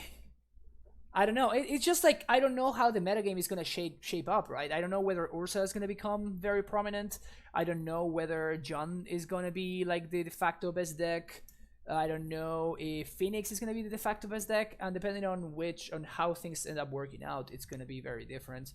Like Grafteer's Cage is great against Phoenix and stuff, but it's not so good against Urza, right? So Biting Needle is the opposite. It's great against Urza, not so good against the other guy, against Phoenix. It's just weird, you know. Aaron with that, dude, tier 1 subscription for 11 months. Wow. More Memorials and I get my 1-year badge, right? Thanks for streaming, friend. Hopefully Gak goes away and I can rise up again. Thank you so much, Aaron. Thanks for hanging out, and thank you for the continued and never-ending support. I really appreciate it. Yeah, so this list felt better. I mean, I don't know if it felt better. It definitely performed better than the other one that we played. But yeah, so that is basically a taste of what I've been working with Urza. The deck, as you can see, I made a ton of mistakes. I made a lot of mistakes actually throughout those 2 leagues. So I am still like working my way through these decks. Like I have again combining both versions of the deck, both with Karn and without Karn. I have 30 matches total. So it's definitely not that much. Like I have not really been playing this deck as much as I would have wanted to, but it definitely looks very, very promising. I think that it has a lot of power, and it can do a bunch of the things that we want to be doing. It's just a matter of tinkering and working out the details, like stuff like if we're playing Karn, like do we want Damping Sphere in the main or do we want it in the sideboard? Like, because this kind of conflicts with where, right? Like, is Karn even worth it? Maybe it's better to just play like this bug version, even though it did worse today. But just because it has like I don't know, like a more diverse things that you can do. Like we could, like I didn't play a list with Damping Sphere in the main. Now I just moved 1 Damping Sphere to the main deck. See how that works out. Is green even the best splash color? I don't know. I have not tried the other colors because they play cards that I don't own. So I guess I could really buy this. I guess the fairy, I'm not buying the fairy, so that's the one that I'm not gonna buy. But basically everything else, like Goblin Engineer, I guess it's pretty cheap. But yeah, even like Harlan Fear, I think, has been playing this deck for a while, and he's been playing like 4 colors, so like this. So red, basically red in the main deck, and then green in the sideboard, which I do agree with this part. I think that we don't have the power that green offers. Is that, oh, Sexy John with the raid, thank you for the party of 25. Thanks everybody from Sexy John's stream. Welcome. We just finished playing a couple of leagues with Urza decks. We're just talking about Urza. Urza's without engineer should be worse, as sideboards will have more room for activate. I don't know. I mean, the thing about engineer is that it makes graveyard hate much better against you, because now you have like effectively just 2 mana 1/2s. It's a 1/2, right? Yeah. So you have like 2 mana 1/2s in your deck instead of having like more copies of Sword of Meek or stuff like that. Also got Lightning Flax is interesting, maybe because of Meddling Mage. I don't know. I just copied and pasted Harlan's list, but yeah, that's what excites me about this deck is just it's so unexplored so far, right? Like there's not that many people playing the deck, and I think that it's still performing pretty well. So I can only imagine that it gets better for here. Sphere seems like it heads up against Strong. Yeah, that's one of the, we didn't play against Strong today, but that is one of the problematic matchups for sure. Looking for some smart plays. Yeah, we made some not so smart plays as well, because I'm fairly new to this deck. For those of you from Sexy John's stream which don't know me, I am actually an amulet player, so that's why you see that on the left here I have like what is it, like 30 different amulet versions of amulet. Most of the time I stream amulet, but I made a Twitter poll and Urza won, so I guess that people want to see Urza today. But yeah, Carnicer was streaming Lantern Shell with Urza and Thopter Sword this morning. Holy crap, that sounds like it's trying way too hard. 2 words seem slow without engineer. Yeah, honestly, like the words are not amazing. Like you don't wear as much, right? Like it's a very mana hungry card. I could see going up to 3, but I don't think I would ever want 4 basically. I'm talking about like the versions of the deck that I actually did get to play. But where is much worse with Psy, right? Like you would rather have the other stuff that cantrips into stuff because it gives you like Psy value. And it does find like your combo when you're playing against matchups where you want to try to combo quickly. But yeah, I don't know. Just because I was having a debate about it recently, how do you battle the matchup against John? Good, medium, or bad? Sexy John, thank you for the follow, by the way. So my experience against John was actually 1 match, and I won 2-0. But I don't know if it was in part because my opponent was just not playing the correct cards or stuff like that, or maybe I just got them. Maybe they were not very familiar with the matchup or things like that. Basically, I just put them in the position where they're like fatal pushing my Thopter Foundry tokens, and then I played an Urza, and I just like and they never answer the Urza and stuff like that. So it seems pretty good there. Also, Psy is an absolute beast against Jund. This card is insane against Jund because even as they answer your stuff, you get to turn them into cards. So yeah, basically Psy becomes your best card in the matchup. But yeah, definitely a lot to explore with this list. We played twice against the banned value deck, and we got like destroyed every time. We just could not beat it. Same with the Nib Mesed deck. Though those matchups look super rough. Basically, as long as they get to like break apart our combo, we just have no way of outvaluing them. It's just too much. So we have to turn into the combo machine. And this deck is not that good at being a combo deck, right? Because basically we need 3 pieces, all of which are easy-ish enough to interact with. Because Thopter Foundry is where the make by itself, it doesn't really beat like those value decks. But I don't know. But yeah, so Sekijan, answering your question, it's like whether I get to draw this card and get enough value from it or not. But Urza is also kind of like a beast against Jund because the token is actually super relevant. Like the token becomes like a 6/6 or a 7/7, just like outgrowing Goyfs, and things are kind of easy after that. If you weapon worse, you can cut down to one's worse since the vast majority of sets that being played with exile or copies anyway. Maybe. The thing is that sometimes you end up just hard casting a sword on turn 2, which enables your Mox Opals and allows you to play Urza on 3, which Where doesn't do, right? In fact, it's the opposite.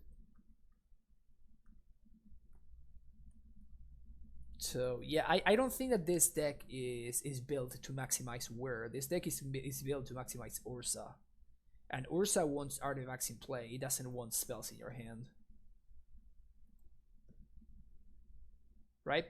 So there's a pretty big difference between, like, if you look at a deck like Whir Person, right? This deck is meant to maximize Whir of Invention. So we have like a ton of like stupid bullets everywhere and stuff like that. So we like the weir is always a very good draw, and we have like a bunch of blue source in order to accommodate it and everything. And with Urza, we actually get we want stuff in play. We don't really want like a weir in hand. Not gonna lie, I still love Amulet, but the Mesa deck is nice. Yeah, it definitely looks fun. Too bad it plays Renaissance 6, so I'm never gonna play that deck ever, basically. But yep, so I've been up for like almost 5 hours, so I'm gonna call it today. I will be back on Monday. That's actually gonna be the last week for me to the last week before GP Las Vegas. So if you wanna help me get to go to GP Vegas, you can help right there. You see that there's a little donation goal. Any donation is greatly appreciated, and yep, it will help me go towards GP Vegas, while also with a donation of $12 or more, I will play any deck of your choosing live on stream.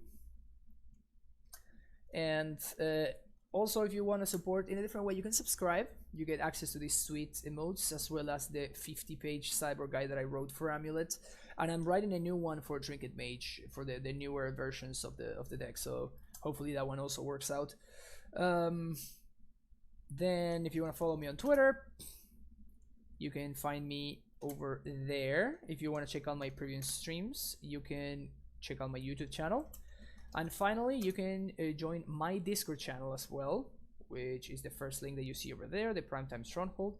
Or you can also join the Amulet Discord, different channel. Primetime Stronghold Discord is one, Amulet Discord is another one. So don't be confused. Going to SCG Dallas at the end of the month. So far, if that guy is done by then, yeah, I should for sure be done by. So if it's not done by next week, it might be by the next one for sure. Particularly if I meet my GP Dallas goal, then I'm even more incentivized to drive to write the cyber guide. You know what I'm saying? Apion with that Twitch Prime sub. Welcome back to the Primetime Stronghold. Thank you so much for the support. Really appreciate all of you being here. You're the man, you're getting my subs. Thank you, this one, I appreciate it. And yeah, thanks everybody for hanging out. If you haven't hit that follow button yet, make sure you do so. And let's see who we can raid to finish up the stream.